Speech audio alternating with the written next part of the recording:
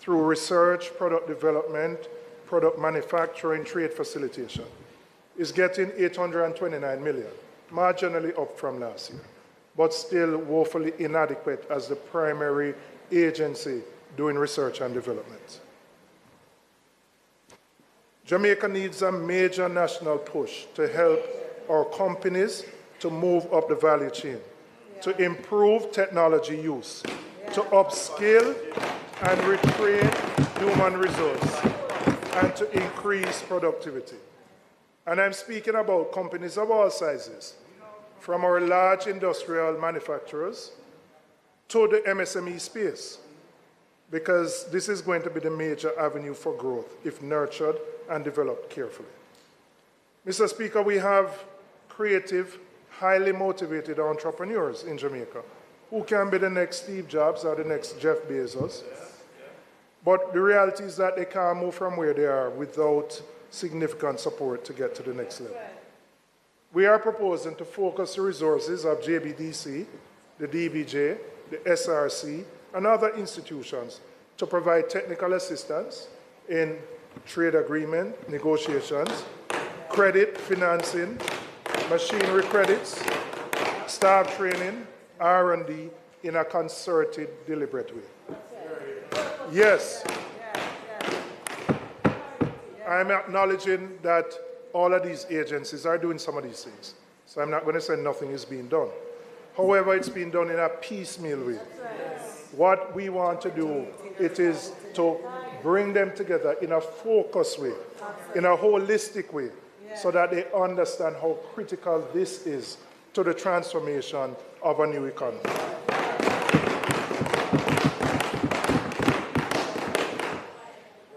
Minister, you would know that there are funds that go to entities like DBJ that are not utilized, whether it be the criteria is difficult, what I call bureaucracy, meaning somebody have to fill out an application, this take and would have to get a consultant to do it, and then we have to employ somebody. So it's too difficult, quite frankly, for many of our MSMEs to access the credit and the other facilities that are there, even grants. So we have to concertedly make it easier for people to access the benefits that will make them grow, that will make them develop their businesses, and that will allow them to move to pursue higher value-added activities, make global linkages, and raise their productivity. Mr. Speaker, for decades there has been a recognition by the public and successive governments that our education system is weak, and that the low-wage, low-productivity economy is a direct result of low educational outcomes. There have been studies after studies, the latest being the Patterson Report, which only largely restate the conclusions and recommendations of previous reports. But it is clear that to achieve better outcomes, we must transform our education system. Absolutely.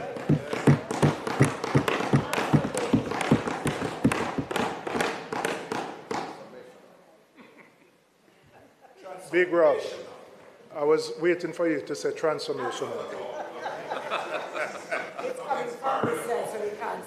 You only get transformed. You only get transformed when we talk about back row. That is the only thing that transforms you.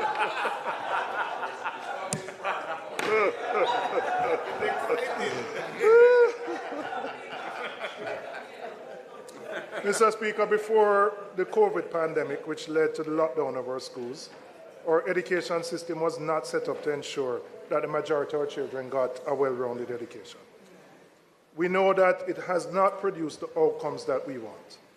And if you don't get into what you might call a good school, and if your parents don't have the resources to send you to a prep school, the unfortunate reality is that the majority of our children do not get the type of education that they need. And that after being in school for 10 years, leave at 15 or 16, in many cases without being literate or numerate, or without having any marketable skill that allows them to contribute in a positive way. There is a measure, using a measure called the Learning Adjusted Years of School, LAYS, L-A-Y-S for short, which combines quantity and quality of schooling to compare educational outcomes across the country. The World Bank determined that in 2020, the average Jamaican received 7.1 years of learning adjusted years of schooling, which ranked us at 105 out of 175 countries assessed. The same report showed that Jamaica the average student lost 1.3 years of learning adjusted years of schooling during our COVID lockdown. Now, Mr. Speaker, what has been the $3 billion budgeted in this year for the capital budget for the Education Ministry is mainly to improve the conditions of primary and secondary schools. The Education Transformation Project aims to construct 6 new STEAM and 1 visual arts performance school by the year 2028-29. But, Mr. Speaker, we have to go beyond that. We have to infuse STEAM in all our schools. All our schools. It needs to become part and parcel of the curriculum. So doing 6 schools means you're almost perpetuating that divide, so to speak, because you want to attract people to the STEAM schools. You must ensure that STEAM is incorporated into every school. So, Mr. Speaker, I know the Minister of Education has started through ETOC to implement the recommendations of the Patterson report. But I've encouraged her, and I'm doing so again, those quarterly updates which are provided by ETOC, that those documents be brought here to the Parliament, tabled in the Parliament, and discussed and debated. Right? It is perhaps the most important exercise as a nation that we're doing. And while I know they do the press conferences, as I mentioned to you at Standing Finance, I must confess that I don't hear this stuff that is being done. And so I encourage you again, bring the reports here, table them, and let us discuss them here in the Parliament.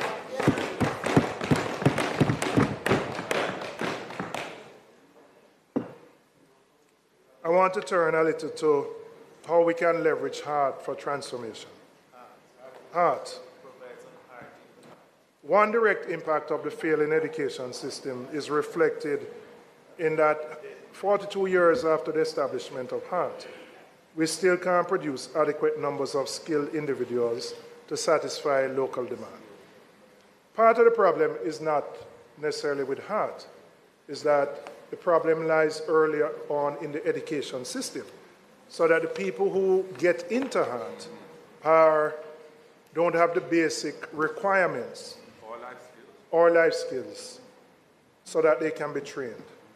And in fact, some are probably untrainable. So we have to address the issue of literacy both in the current workforce by scaling up programs that HEART already offers, because HEART incorporated what used to be Jamaica Foundation for Lifelong Learning into their curriculum. And that we have the added component of attention to literacy. Now, I say literacy because even if you are on a construction site, there are going to be some instructions, and you are a laborer, that you're going to have to be able to read on your own, understand and comprehend and implement. So the jobs that, quote unquote, we used to say are unskilled type jobs require basic literacy.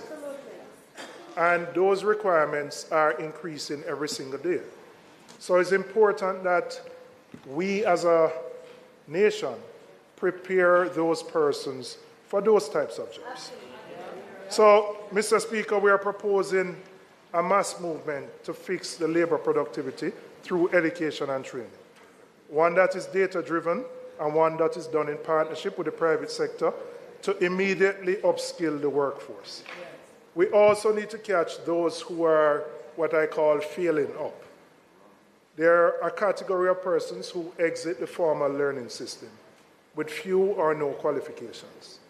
And they fall into the category of what is termed at-risk youth. And every single one of us in here have to some extent or another, significant parts of our constituencies that represent people like that. Yeah. And I want to give you an example from the campaign trail. I was with the mayor, and in Franklin Town, we were campaigning. And the current mayor, the mayor of KCC, that mayor. Right, mayor. That mayor. And there was a young man who was, your Monronian friend. There was a young man who was very disgruntled and was a cuss. Nothing I go on for him, nobody not do nothing for him. And I observed the conversation, and then I went in. So I said to him, what kind of work you can do? His first response was, me nah do no minimum wage work. I said, what kind of work you can do? And his response was, me nah do no minimum wage work. Right off the bat, that was his first response. I then said to him, what qualifications or skills you have? He said, I have 2 CXC. So I said to him, with the 2 CXC, what kind of work you think you can get? But in his mind, even with the 2 CXC, he has determined that he now does certain kind of work. So while there are vacancies of certain kinds of work, he's not interested in that kind of work. So I said to him, are you aware that we offer through XED and IUC, which I do in my constituency in collaboration with HART, a training program where you can go. You can go for 8 weeks. You spend the first 2 weeks on soft skills, conflict resolution, other things, and then the next 6 weeks are spent dealing with a technical subject, and you leave with a certification. You never know. But what he wanted from me was, where is Pernell? He wanted his farm work ticket. He wanted his farm work ticket. And the point here is not that him have an interest in farming, Him just want to leave though. And I'm saying this, he represents a significant percentage of Jamaican youth who have opted out of the workforce, opted out of the formal system, and ultimately become the problem for Harris with crime and violence. Because they have to find a way to survive. And for all of us. Mr. Speaker, we have to find a way to deal with that youth. We have to give him hope.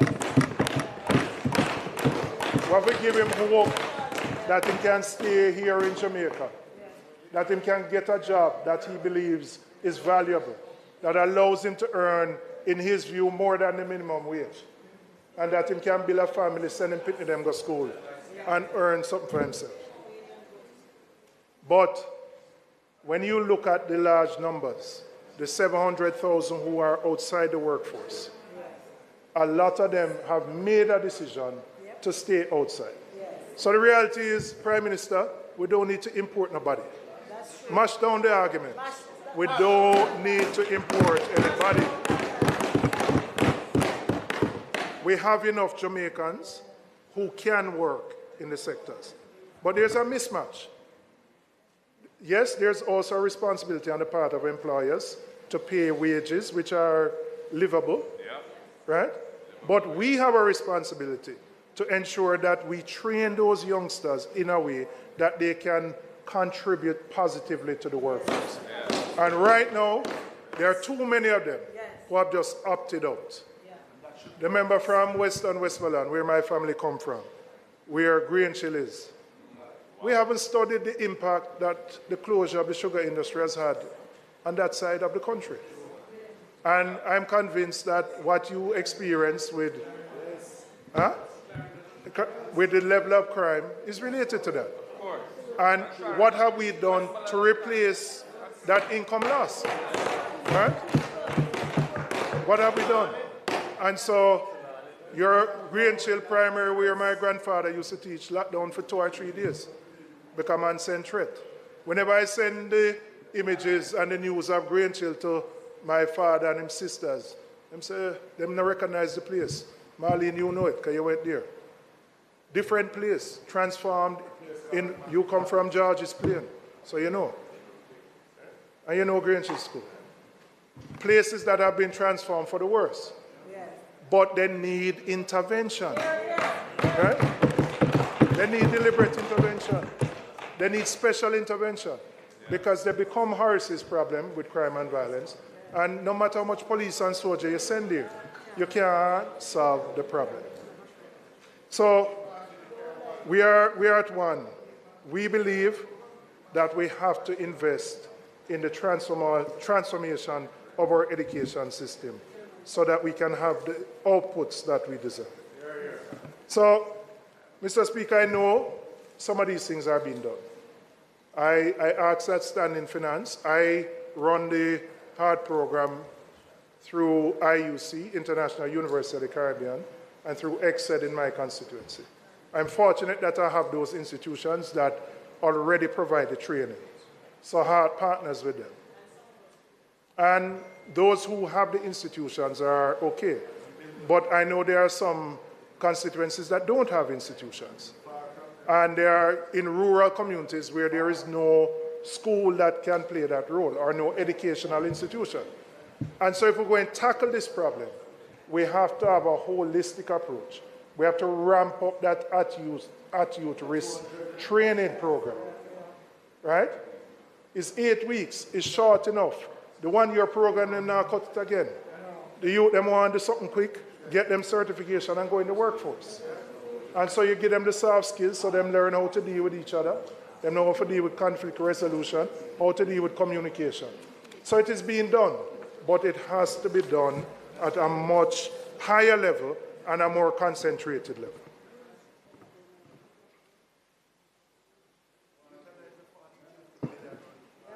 Mr. Speaker, I want to turn my attention and talk about character education, which is pivotal to reforming the values and attitudes of our society in general.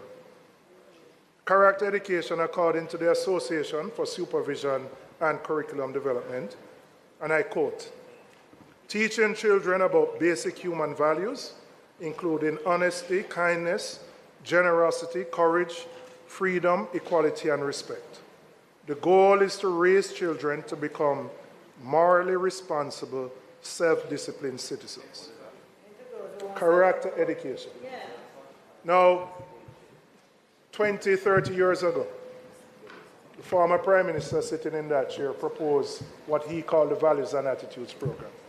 For various reasons, it never got off the ground. Yes, there wasn't support from the then opposition to it. I am saying right now, this needs to be infused into our curriculum.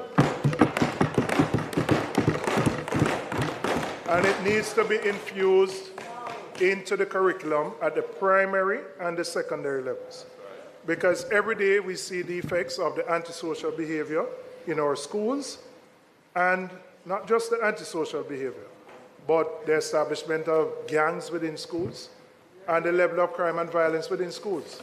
Of not just students fighting each other, but students fighting teachers, teachers responding. We have to, it's an untenable situation. You can't get any economic gains if the people who are the source cannot contribute positively to growing the economy. And so I'm saying to the government, take character education and infuse it in our curriculum.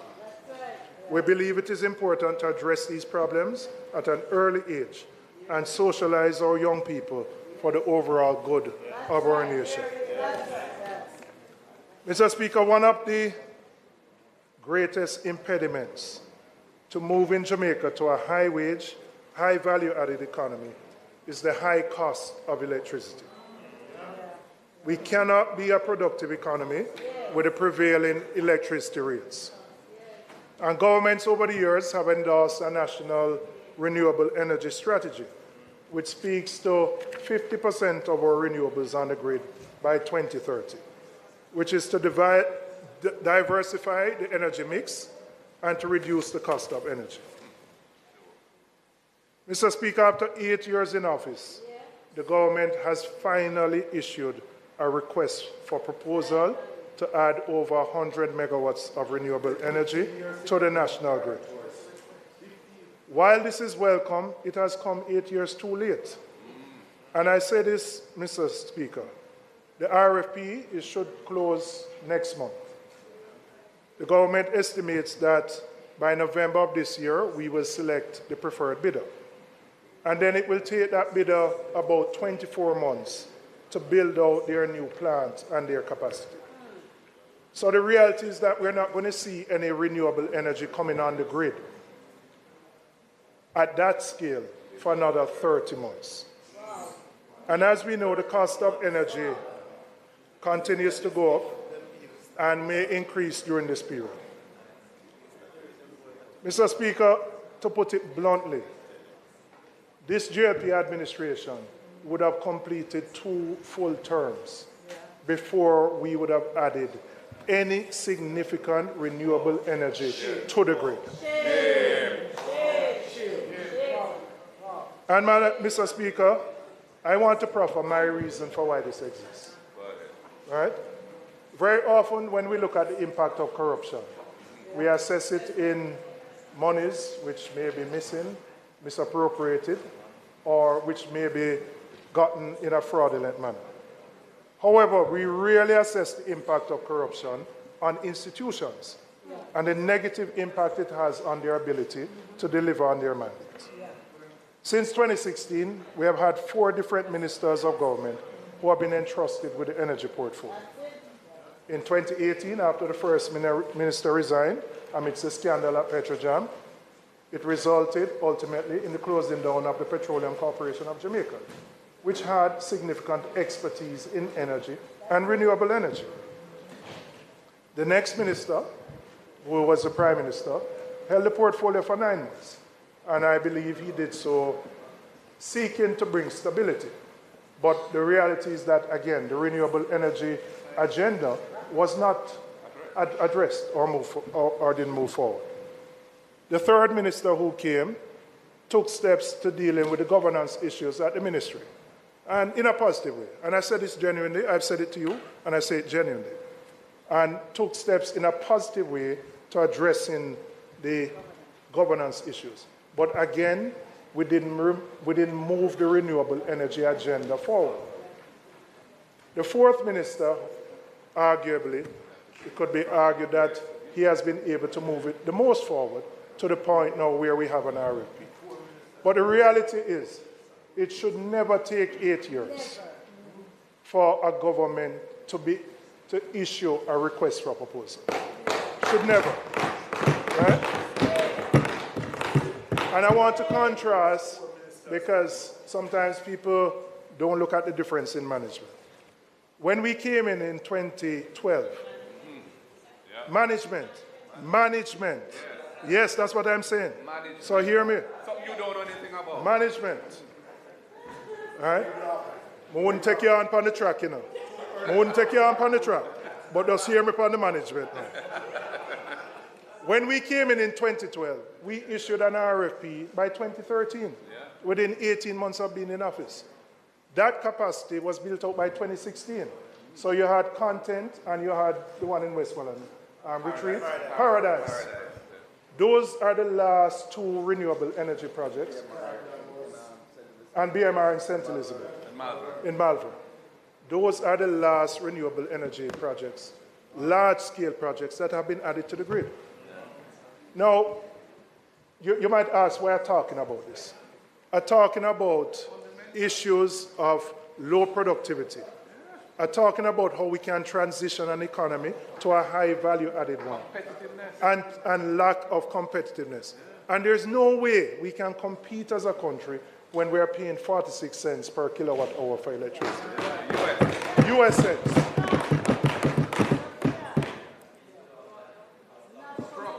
And Trinidad might be 5 or 6, which we're not going to get to. But the reality is, if we were adding renewable energy to the grid in a timely fashion, we would have brought down the overall cost of energy. We would have met some of our environmental goals. We would have reduced our dependency on the importation of heavy fuel oil, which impacts our balance of payments in a positive way. 8 years. 8 years, and we have no renewable energy. And as I said, it will take you another 24 months before you will get to a position where you can actually see the fruits of that. But, Mr. Speaker, we believe that even with those challenges, there is something that can be done to help consumers today. Even though we may not get the renewable energy on the grid for another 24 or 30 months, we can help those consumers who want to convert their current systems into a solar rooftop system. And I want to say to the Minister of Finance, what we call the hedge tax, I know you say no hedge tax exists, but what was implemented for the purposes of a hedge, which is still being collected but not being used for the hedge. Correct. No, I'm not challenging the reason. I'm not challenging the reason, no. What I'm saying, given that it was put in place, I believe a portion of those funds should be set aside to allow consumers who want to come off the grid, who want to put solar on their rooftops, to be able to do so. So we can ease the pressure. I don't know the exact amount to collect, but I believe it might be 11 or 12 billion. It may be more, I don't know the amount. But you can set aside some and allow people who want to implement it. Right now, people want to do it. But the reality is that the cost is exorbitant. It can cost you anywhere between $3 and $4 million, which, quite frankly, is beyond the reach of the average Jamaican. There are some who can afford it. And yes, there are companies who are providing that as a service, providing the upfront financing, and then you pay it off down the road. There are private companies that do. But I'm saying to give a break to the Jamaican consumer, use some of that money, which was implemented for the hedge, use some of it to support a rooftop solar program so that we can ease the pressure. Because the electricity bill is the #1 bill that everybody faces. Of all your utility bills, is the #1. And while I notice the proposal that you have made from the tax perspective for those the independent providers, I don't know if it is going to be sufficient to move the needle on renewable energy. And given the lengthy process, because remember this RP is just for 100 megawatts. Another one's supposed to come for, I think, 160, and then I believe JPS is going to replace some existing capacity, which is 171. So I know in another 3-4 years we're going to get there. But people buckling under the weight right now and need some relief right now. And I believe we can do something to help people with that relief. So, Mr. Speaker, in concluding, advocates of economic stability need to acknowledge that while it is a positive step, by itself alone, it is not enough to uplift the lives of the average Jamaican.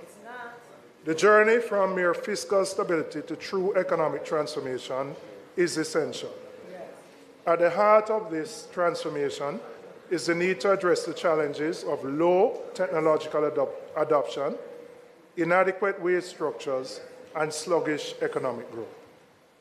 What is proposed in the government's budget falls short of addressing these fundamental challenges that plague our society. And while there are elements of the budget which we agree and will support, they fail to alleviate the widespread struggles and adversities faced by the vast majority of the Jamaican people. For too long, our economy has been characterized by low wages, low technology, and low productivity. The path to improving living standards, diminishing poverty, and curbing crime lie in fundamentally transforming our economy into one that is centered on high value, advanced technology, and robust income. This pivotal change necessitates substantial investment in several critical areas. Most importantly, education, entrepreneurship, energy, and improving productivity.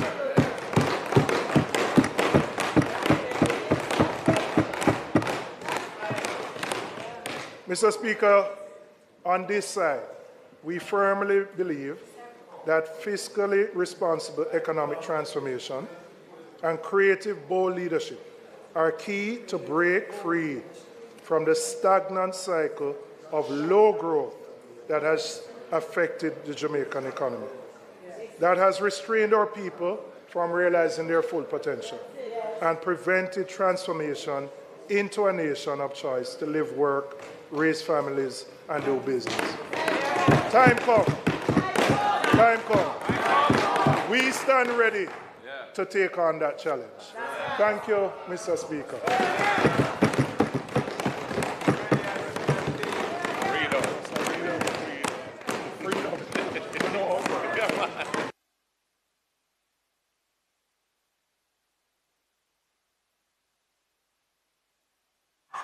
House Leader.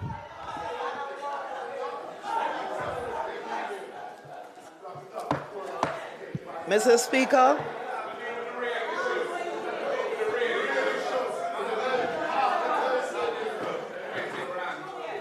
Mr. Speaker, Members. Mr. Speaker, I now ask that the debate be suspended. I'm getting there.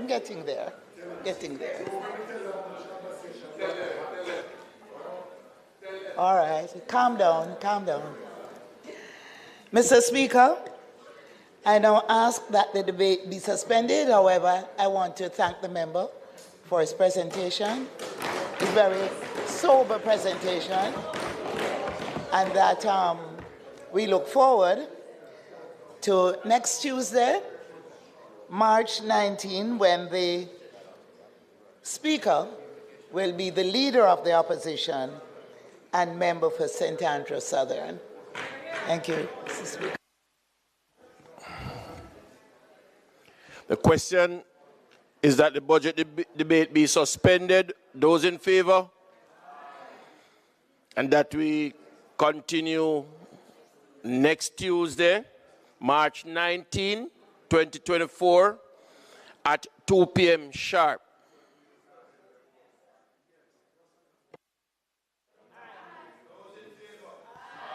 Those against, ayes have it.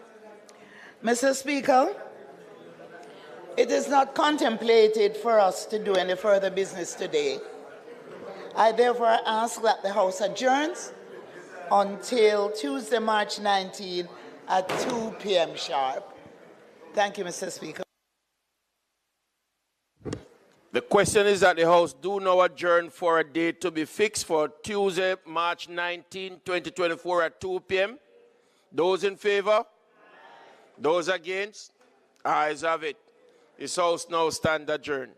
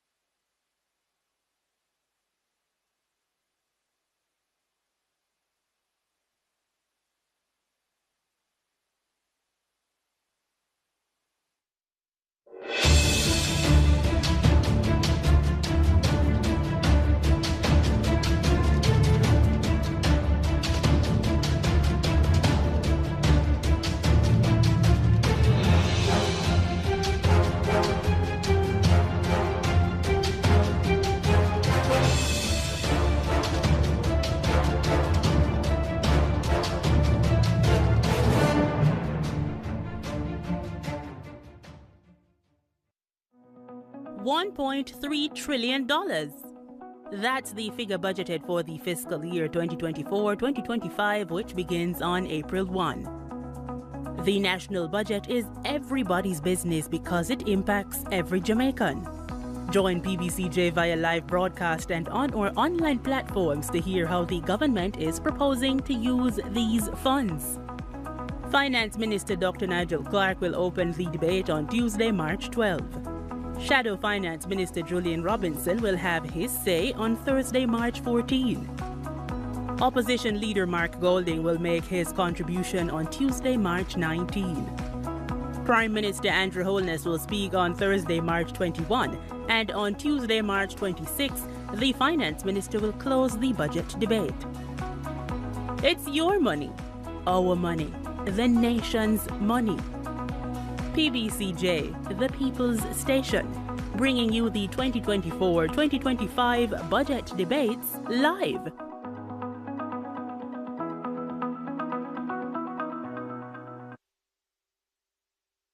I am Jamaican. You are Jamaican.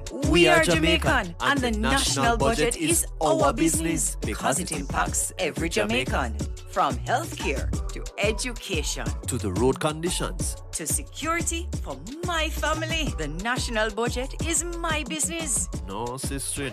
It is our business. The national budget is everybody's business because it impacts every Jamaican. Visit the Ministry of Finance's website at mof.gov.jm for more information.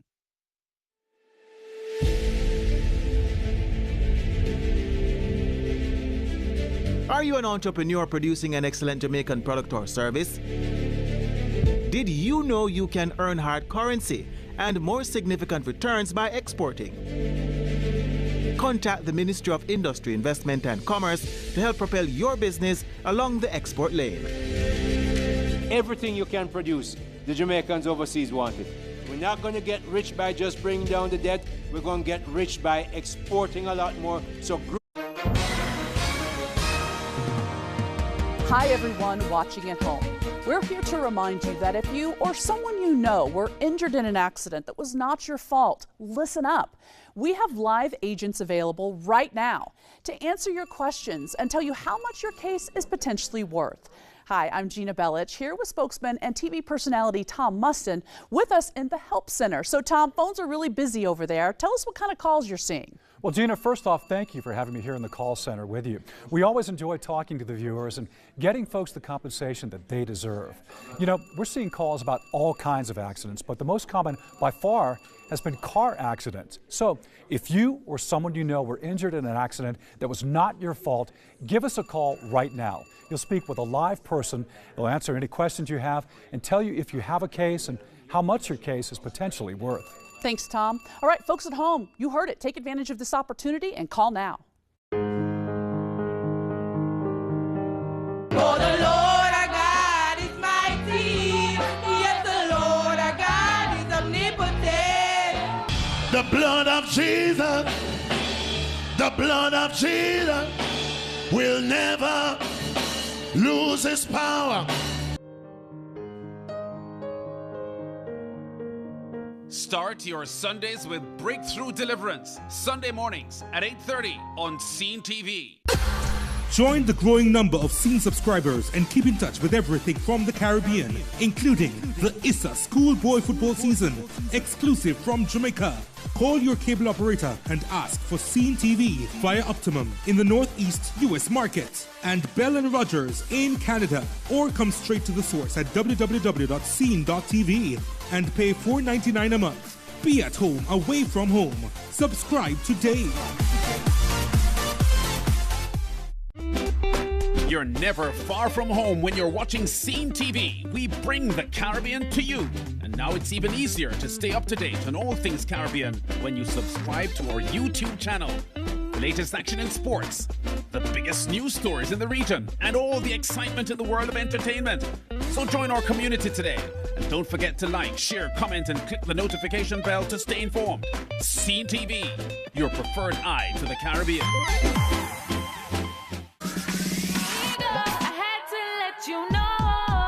I love music, so I would never ever put myself into a box, but ideally I do mostly reggae and dancehall, but I do explore different genres as well.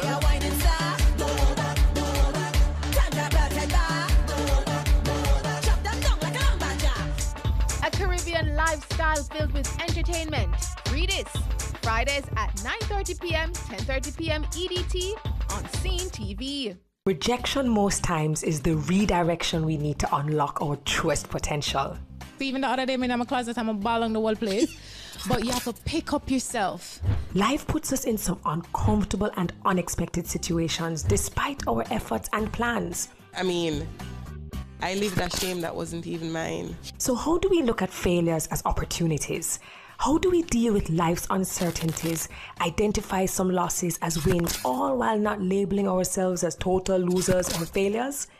You'll find out right here on Redirection with Terry Carell. Redirection with Terry Carell is now on CEEN TV, Thursdays 7 p.m., 8 p.m. ECT, with a repeat on Fridays 9 p.m. or 10 p.m. ECT. I love music, so I would never ever put myself into a box, but ideally I do mostly reggae and dancehall, but I do explore different genres as well.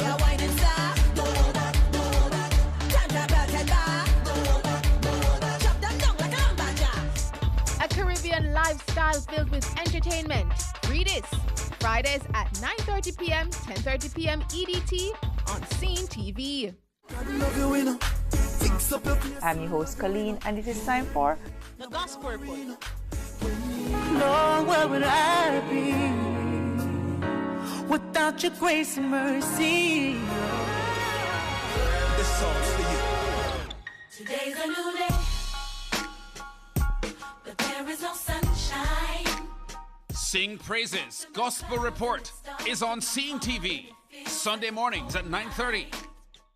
You will see today we're going to be doing the full works. Well, I'm very excited. This sounds like an amazing chill spot, so let's get to it. Looking forward to it too. You have to make it a point of duty to set some time for yourself, even if it is once a month, to pamper yourself.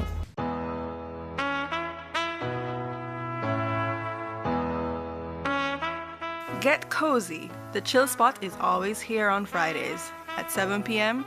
only on CEEN TV. You will see today we're going to be doing the full works. Well, I'm very excited. This sounds like an amazing chill spot, so let's get to it. Looking forward to it too. You have to make it a point of duty to set some time for yourself, even if it is once a month, to pamper yourself.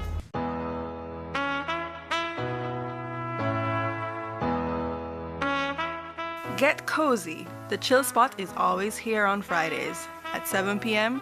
only on CEEN TV. You are watching the sitting of the House of Parliament live from Gordon House on CEEN TV.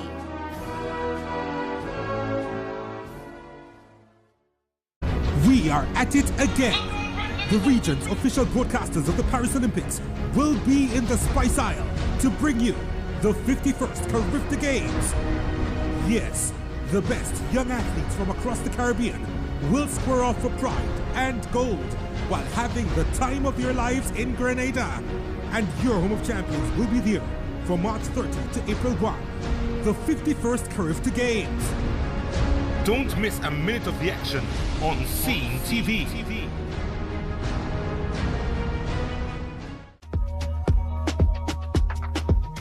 Good evening, everyone, and welcome back to another episode of What's the Scene. Now we're here in the streets of New Kingston, and today we're going to be hearing from members of the public. What party do they think have the best plan to improve local governance? Now, let's hear what they have to say. Let's go.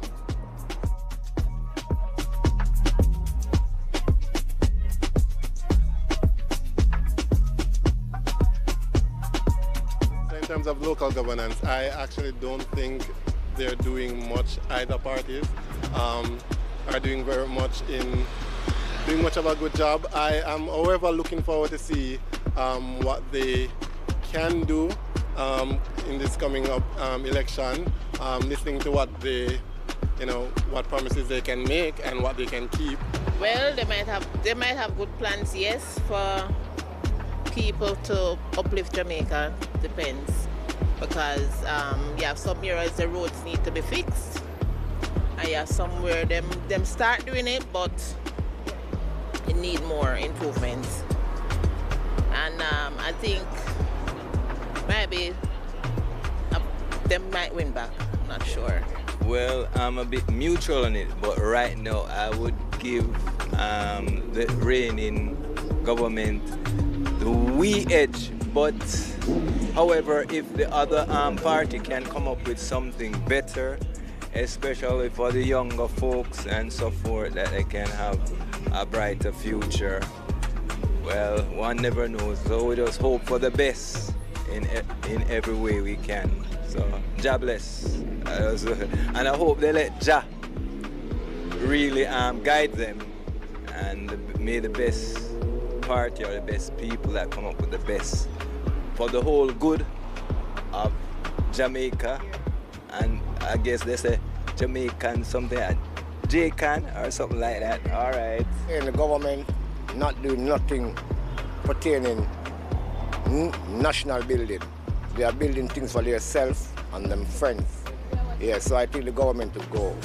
We don't need that government anymore. If I have a Chinaman everything, trust me. Yeah, that's my view. What I'm saying is, from what I'm seeing here now, that the government is sort of going forward and hopefully doing a good job, because what they